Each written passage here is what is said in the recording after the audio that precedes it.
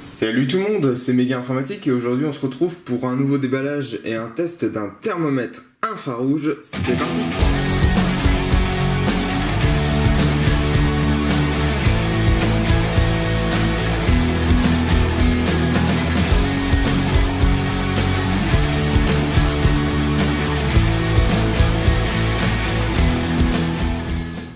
Avant de procéder à l'unboxing, on va faire un rapide tour de la boîte. Et quand je dis rapide, ça va être très rapide, puisqu'il n'y a pas grand chose. C'est une boîte en carton brut avec des écritures dessus. Donc ici, vous retrouvez le blueprint du produit. Il nous indique que c'est un thermomètre infrarouge, donc sa gamme de température se situe entre moins 50 degrés et environ 550 degrés. Donc avec ça, logiquement, en utilisation domestique, vous serez assez tranquille. C'est pas tous les jours qu'on mesure 550 degrés ou plus de 550 degrés. Ça a été fabriqué par Etexcity et c'est le modèle 1022D ou 1022D, c'est comme vous voulez.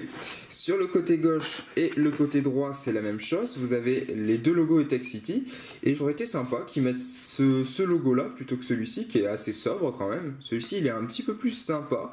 Mais bon, après c'est eux qui décident.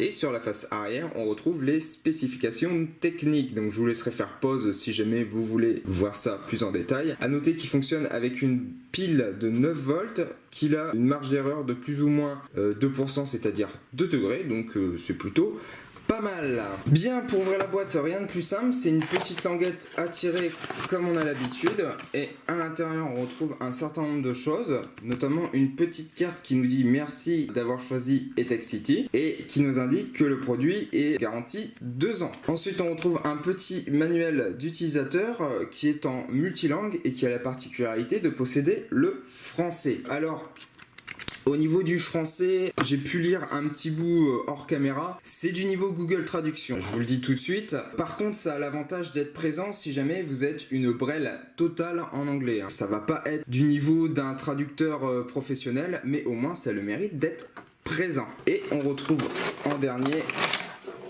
le thermomètre infrarouge qui ressemble donc à un pistolet avec une gâchette pour prendre les mesures. Et on peut voir qu'il y a une pile déjà à l'intérieur. On va mettre la pile, donc vous avez juste les deux côtés à tirer. Hop, vous sortez la pile. Vous enlevez le petit plastique qui la protège. Et ensuite, il n'y a plus qu'à brancher la pile en respectant la polarité. Clac, clac. Et remettre tout ça à l'intérieur. Pour prendre une mesure, c'est tout simple, il suffit juste d'appuyer sur la gâchette. Maintenant, ce que je vais faire, c'est que je vais faire un petit banc de test, donc je vais sortir des appareils dont je suis sûr de leur température quand ils ont tourné un certain moment, et on va voir s'il est plus ou moins précis.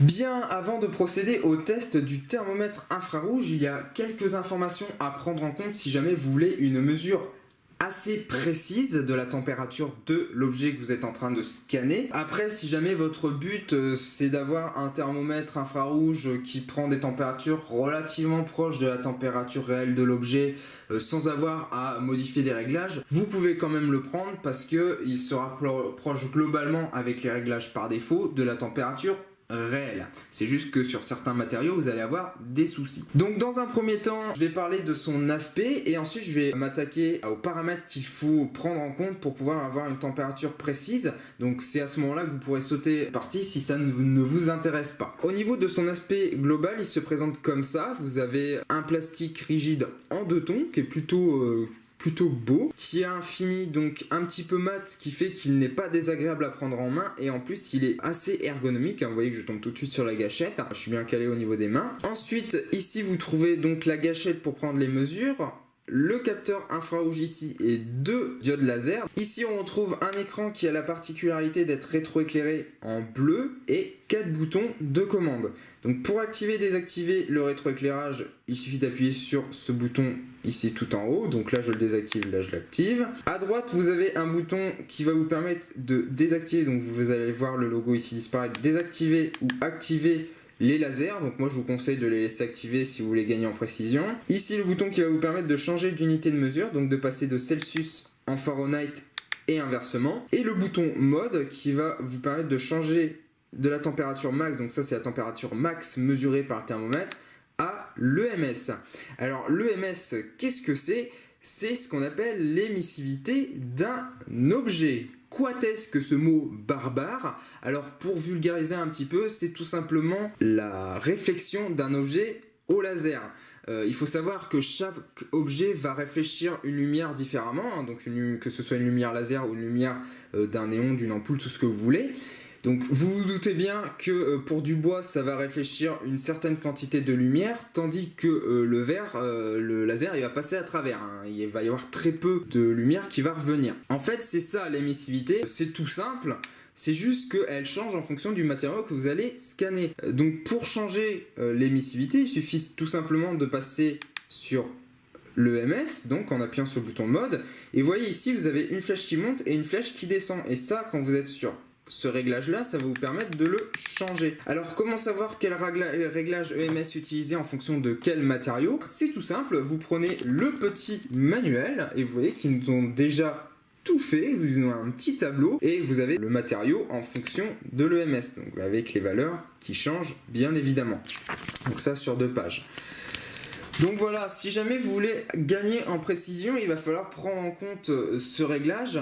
Sinon, vous aurez une valeur qui s'en approche, certes, mais qui ne sera pas précise. Ensuite, je vais vous parler des 2 lasers qui se trouvent ici. Alors pourquoi lui, il en a 2 comparé à certains de ses congénères qui n'en a qu'un seul? Eh bien, c'est pareil, c'est pour une histoire de précision. C'est indiqué juste ici, pour que la mesure soit précise, il faut que le thermomètre soit à une distance de 36 cm de la zone à scanner. Alors comment savoir quand vous êtes à 36 cm quand vous n'avez qu'un seul laser? Donc soit vous le faites à la louche, soit il faut sortir tout le temps le mètre, c'est un petit peu contraignant. Vous allez voir, je vais vous faire une petite démonstration. Donc je reste à 0,95, hop, et là je prends une mesure sans faire toucher les 2 points. Donc là je suis à 26,2, hein, on va prendre la référence 26,2, et si jamais je m'éloigne et que cette fois-ci je fais de 2 points un seul et même point, donc là je suis censé avoir une température fixe, vous voyez que je suis à 26,3. Donc la différence est pas énorme, mais dans certains cas il va falloir vraiment que les 2 lasers se touchent pour avoir une précision maximale.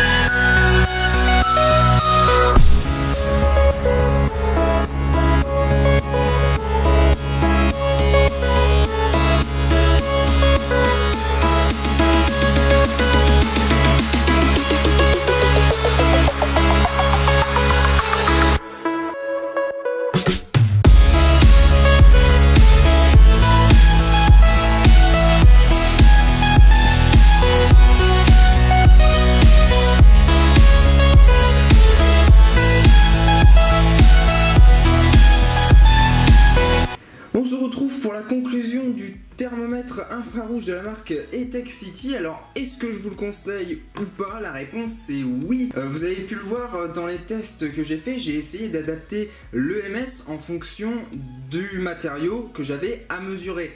Mais globalement, ce que je peux vous en dire, c'est que à 0,95, donc la valeur par défaut de l'EMS, l'écart de température n'est pas bien conséquent, hein. Il ne va pas vous indiquer un écart de 10 degrés s'il n'y en a pas, donc il reste relativement correct et dans des gammes de température acceptables. Comme d'habitude, je vous invite à partager un maximum cette vidéo sur les réseaux sociaux Facebook, Twitter, c'est le meilleur moyen de m'aider si mon travail vous plaît, hein. Je le répète assez souvent, mais voilà. N'hésitez pas également à lâcher un petit j'aime, ça fait toujours plaisir, et vous abonner à la chaîne. Alors comme d'habitude, je vous le rappelle, si vous êtes abonné à la chaîne ou si jamais vous voulez vous abonner à la chaîne, n'hésitez pas à cliquer sur la cloche qui se trouve à droite du bouton s'abonner et cocher la case m'envoyer les nouvelles notifications. Sinon vous ne recevrez pas de nouvelles notifications quand je sortirai une nouvelle vidéo. Voilà, il ne me reste plus qu'à vous dire ciao tout le monde, à la prochaine.